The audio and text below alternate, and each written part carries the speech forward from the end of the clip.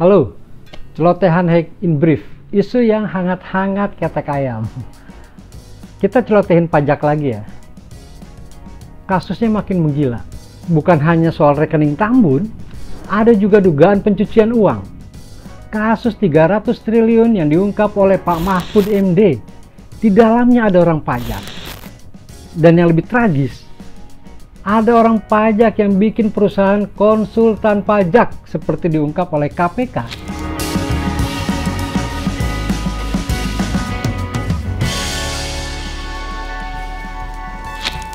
Ini namanya dana pajak yang harusnya masuk ke kas negara tercecer di tengah jalan. Kalau BBM, istilah tidak resminya adalah kencing di jalan.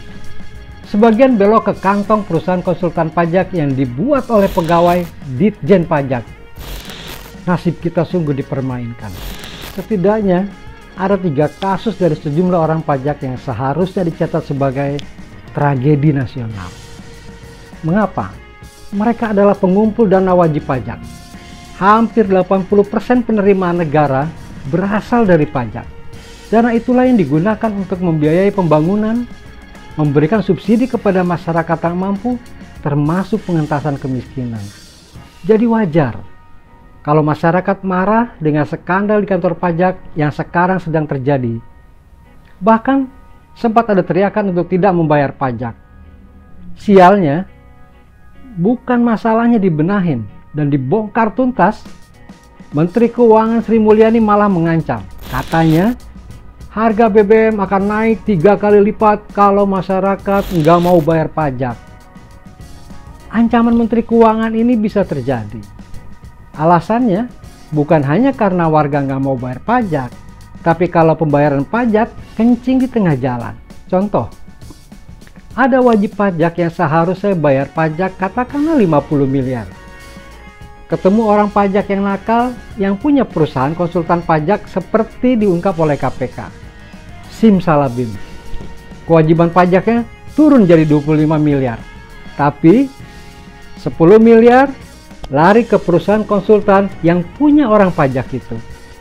Total yang dia keluarkan tinggal 35 miliar. Artinya apa? Pengusaha atau wajib pajak tadi bisa saving 15 miliar. Negara kehilangan 25 miliar.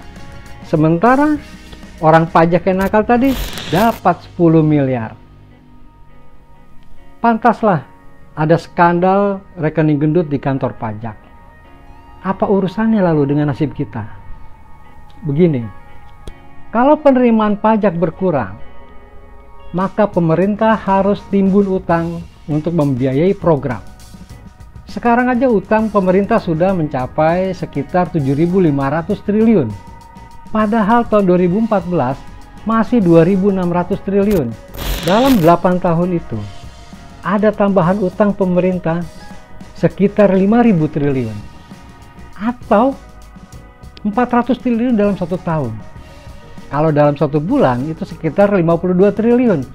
Jadi pemerintah sudah tenggelam dalam hutang. Subsidi juga sudah mulai dipangkas. Contoh paling nyata, BBM jenis premium yang bersubsidi sudah dihapus. Sekarang Pertalite juga mau dibatasi. Kira-kira dari 2014 sampai 2022 misalnya, subsidi untuk rakyat tidak mampu sudah dipangkas sekitar 139 triliun.